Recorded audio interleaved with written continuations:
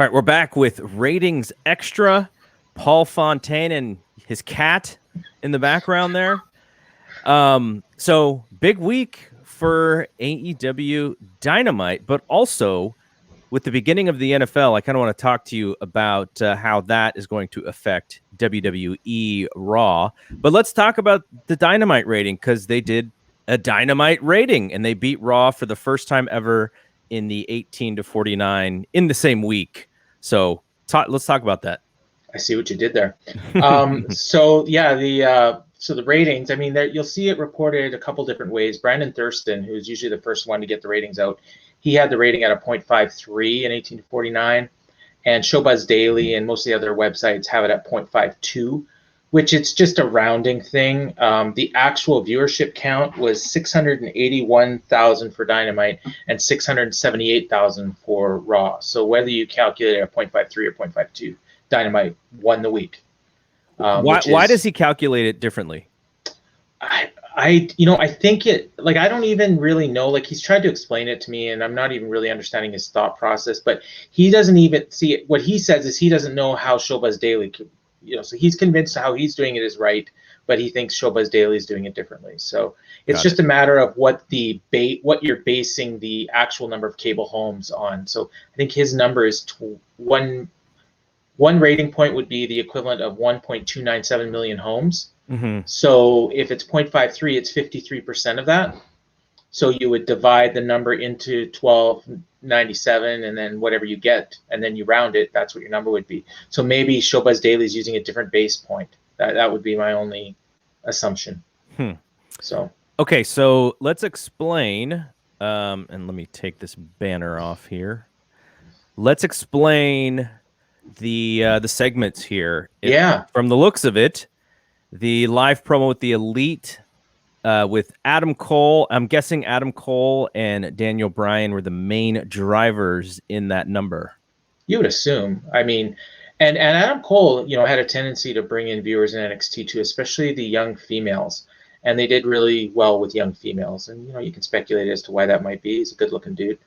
And Bryan Danielson, of course, has probably 7 years of being a WWE main eventer behind him. So that's obviously, going to be the reason why. Now, if you really look at it and you look at the percentages, the actual biggest percentage growth for the segments was actually the MJF promo, which went up 8%, and whereas the Elite promo was only 7.8%. So, I mean, very, very similar, but a little bit higher for that promo. And then you saw the big, big drop off after that was over. So clearly that's what people were waiting for. But, they still managed to keep, 1.3 million viewers for the main event, which is, I mean, a month ago, that would have been like a record. So, I thought, very steady, not actually a little bit more fluctuation than we usually get. Last week, there was no fluctuation more than 3 or 4% between the segments. So there was all just, a bunch of people showed up to watch and stayed through it. Here, I think there's a lot of interest coming off that pay-per-view. The Ruby Soho segment also gained 100,000 viewers for her match. So, and she was another one that has just debuted. So clearly there's a lot of interest there. One thing that stands out to me is the length of the promo with the Elite.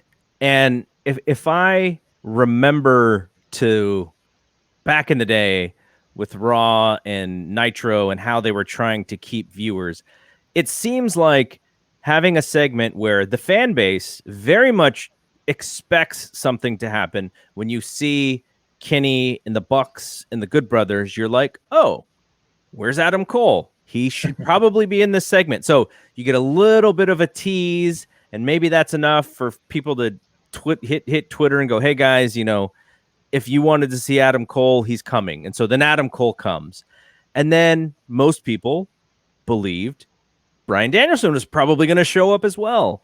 And so you have a little bit of a leeway here. There's some Adam Cole. There's enough time for people to go, I think Danielson is coming, and let's call, my friends. What's funny is when we were in Chicago, I got to talk to Nick Mahmood, and he said he was at a bar, the Rampage with CM Punk, and he asked the bartender to turn it to Rampage. And so when he said, there were many people in the bar who saw Punk on TV, and just got on their phones and started calling like their friends or their kids and said, "Hey, CM Punk is back." So that's an interesting thing too, because I wonder if, because of the length of this segment, it did give people a chance to tell their friends, "Hey, Daniel Bryan's on AEW." Like, what the hell? Because it was so long. Do you think there's anything to that? That's very possible. And even with social media, people are going to be tweeting about it. They also were promoting it all night, that you were going to see Bryan Danielson, you were going to see Adam Cole. So, I think, and with only a half hour left in the show, I think the natural assumption was, my guess is people were probably tuning in like every half hour, to see, oh, are they here yet? Are they here yet? And that could be also part of the reason for that big gain for the Ruby Soho segment, which comes at the top of the hour. And they often do those kind of segments at the top of the hour. Mm-hmm. So, whereas where they actually put it in the show, I thought was interesting, because that quarter 7 is usually one of the big ratings losers. Now, it could be that they put stuff in there that they know people aren't terribly interested in before the main event, so that it's a self-fulfilling prophecy. Whereas in this case, maybe they wanted to maximize the number of eyeballs they had for the main event, so they held this off as long as they could, but they still wanted to. You weren't going to main event the show with anything but that Moxley match. So, and I think they even promised that it was going to be the Moxley match. But clearly there was a lot of interest in Cole and Danielson, coming off the pay-per-view, and just the media buzz that this was generating. I mean, we were seeing mainstream articles this week about AEW, and I think I said it on our post show after the pay-per-view. Like, it felt like this was a like a turning point moment. Of where, like, I'm not saying that AEW is going to overtake WWE anytime soon overall, but just it's like a shift in momentum. And I mean, they beat them in 18-49, which is crazy. They also beat them in 35-49. They killed them. But what was surprising to me was that actually Raw beat Dynamite handily in 18-34. So the younger viewers were actually more into Raw. That you won't see that on here, but you see the total numbers. But I got them here. It's 251,000 for Raw and only 183,000 for Dynamite in 18-34. So I was surprised by that. Like, that Raw is doing that well with the younger viewers. So your face is frozen. Yeah, I see that in a perfect, absolutely perfect face there, right? Yeah. Okay, so I think the other thing that I wanted to mention is we saw the Moxley Suzuki number. I do wonder if that number is lower because that segment was very short. There wasn't an opportunity to build to a crescendo in that match. It was like a sprint for 7 minutes. So I wonder if that also hurt that segment. I would almost be sure of that, because when you see the minute by minute numbers, which I don't have right now, they usually don't come out for another week or so, and sometimes you don't even see them. But AEW gets them, and so for the 4 minutes or whatever it was of commercials, I mean, you probably had 200,000-300,000 people switching stations, and then of course the match ended with 3-4 minutes left in the show. Yeah. So I think most viewers would actually stay tuned for that, because I mean, personally, I was expecting something. I figured there's something's happening here. He's going to get attacked or whatever, and no, he just. I thought set up for whatever was coming next was happening. Didn't happen. Yeah, which, I mean, that's cool. They kept the viewers. But yeah, I think they probably lost.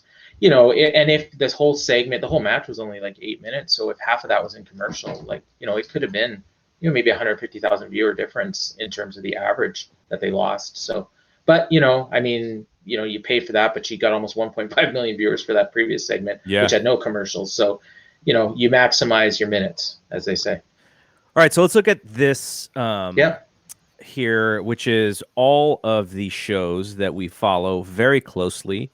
Yeah. Before we get to the Raw thing, because I think the Raw thing with football and Monday Night Football, the Sunday night rating for Thursday was, I think it was like way up from like even the previous several years pre-pandemic.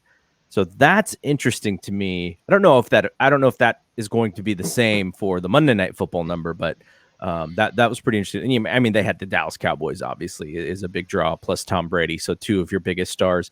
But let's look at this Rampage number really quickly, because I know Tony Khan said Rampage is going to be an A show. It is, I would say right now, outside of that CM Punk interview, it is probably closer to like a B plus show. Yeah. There are guys on Rampage and women that I really enjoy and who don't get the main event status on Dynamite. So I like that aspect of it. It also feels a little bit younger to me. Mm-hmm. But you see those 18 to 49 numbers started great and still very, very good and solid numbers. But my question to you is, do you expect those to go down, or do you expect those to be pretty consistent in the 0.3 high 0.2s? I think they're going to go up this week after the buzz, and I guess the question will be whether it stays up or not. I don't think they're going to get anything close to what Dynamite did this week, but I wouldn't be surprised if it hits like 800,000 and maybe like a 0.37, 0.38 in the demo this week. And then the key will be whether or not it stays there. I think in 2 weeks, if they're taping Rampage at that Arthur Ashe Stadium, I think that'll probably do a really good number too, because that's like a super cool visual, and Yeah. I think people will tune in for that. What I noticed when I dug really deep into the demos is that Rampage is doing really well with the younger viewers. Like, so 12 to 34, they're actually doing like really, really well. And I think that is to do with the fact that the younger part of that demo, 12 to 20, I mean, 9 o'clock on a Friday night, they don't have school the next day. They're probably not going to the bars. And this is a really cool show to watch. So when you mention that it's younger people being featured, that could be that they're targeting those viewers. And you see a Darby Allin, you see, even some of the, like a Ruby Soho, I bet you see her a lot on that show. Danny Garcia, like younger looking people, maybe Ricky Starks when he's wrestling more often, even though he is a little bit older, but he doesn't look it. And the other funny thing is you call it a B plus show. I mean, the only person that's been in 2 Rampage main events so far is Daniel Garcia. Yeah. And he's awesome. I love seeing him there, but it's not like Cody or Kenny are on this show constantly, or Moxley's been on it, but there's definitely here's what it feels like to me. It actually feels like if Dynamite was actually 3 hours, here's the stuff that you would have put somewhere in those 3 hours. Yeah, it's the stuff you didn't have time for. That probably you would wish you could put on the show. Yeah, but especially because of the young. Yeah, especially because of the young talent, and we'll see it. We'll see one match specifically, Brian Pillman Jr. against Max Caster. Yeah, but the main event should be good from what I understand, at least per what Dave has heard. Andrade and Pac, that should be good. So hopefully, if you're correct, and that Friday Rampage gets a bump because of Wednesday Dynamite, then that was a match that they had scheduled for the pay-per-view. So hopefully there's a lot of eyeballs on it. Yeah, and I think it's probably not like Raw and SmackDown where you actually do have different viewers that watch both shows, believe it or not. But because they're on different networks and because they're different brands, even this is more just like an extension. So I think you are pretty much getting the same viewers, but maybe some of those younger viewers that might not be watching on Wednesday night are watching on Friday. Because, maybe Wednesday they got school the next day, they got homework, sports, whatever. But Friday night, if you're sitting in front of the TV, you're watching this, you're watching Adult Swim, Yes. Yeah. So, I think actually I really believe that this time slot people thought about it as a negative, but as I've been watching the numbers, I think it could end up being a positive to help them develop younger viewers that pretty soon are going to be in that 18 to 49 age group. That's the money demo, and they're going to convert them into long-term Dynamite fans. All right, so the piece that is interesting to me, again, like I said in the beginning, I'll have 2 things for you. But the first thing is, how does Monday Night Football generally affect Raw ratings? Because I know that the thought is that it's going to really hurt. But what has your numbers seen consistently over the years? How much does Monday Night Football actually hurt Monday Night Raw? So traditionally, it's been they would lose about 10% of their viewership during the football season, and then once football is over, anywhere from 5 to 10% of those people would come back. So there was a slight erosion. The last few years, the number of people, it's gone down less. Now I think that's because the actual hardcore base is hitting the low. So, but last year the viewership actually went up during football season. Now that's probably because of the fact that there was no fans or very little fans in the NFL stands. Yeah. So what I'm expecting this year is to go back to normal, and they probably will lose about 10%. And that's kind of why I made that quote unquote bold prediction that they might beat them in 3 weeks, and it turns out they did it this week. But I think that it's actually for the bigger games. This is probably going to happen fairly often this year. Raw, I expect, like you see the numbers there, 1848. Like I expect them to go down to like 1.6 to 1.7 million in terms of total viewers, but the demo is probably going to drop to around a 0.45.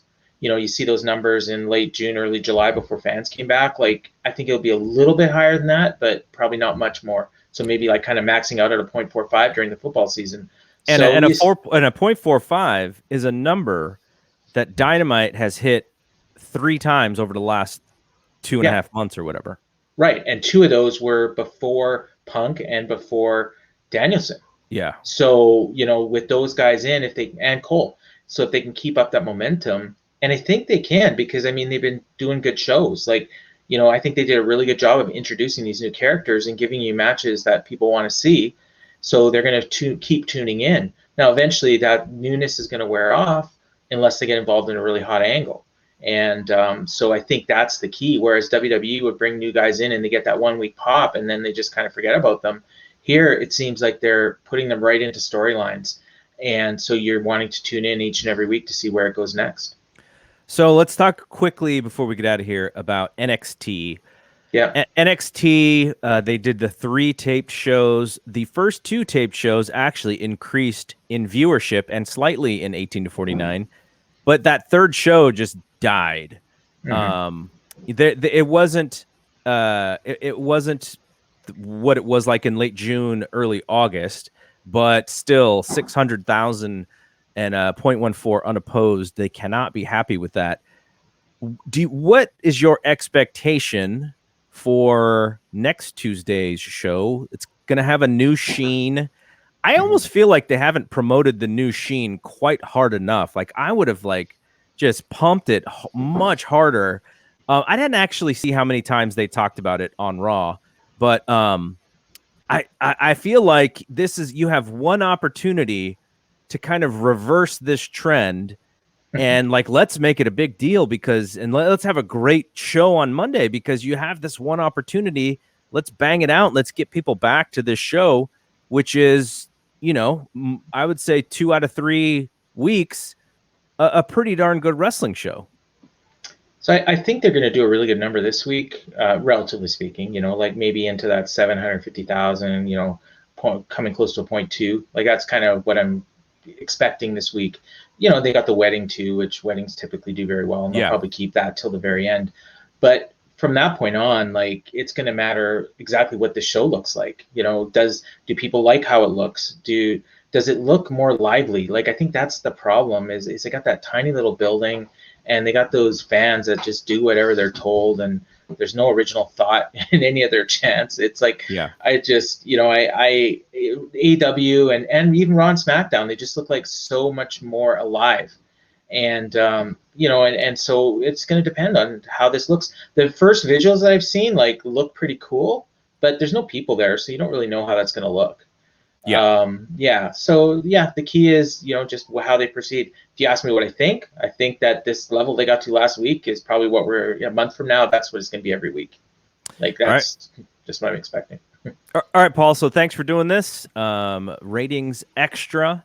Well, we're going to do this whenever there's some newsworthy stuff to talk about. So I pinged you yesterday and was like, hey, that number, that's big news. So let's talk about it. And again, we'll sort of pick and choose when we decide to come back and do this on video, because the cool thing about the video is your explanation of kind of how this thing works, because we can read the numbers all the way through, but you explaining certain things because you're looking at trends and we're just sort of looking at the daily, the weekly numbers. So that I think that's very helpful. So thanks to Paul Fontaine, and we'll get out of here. Peace.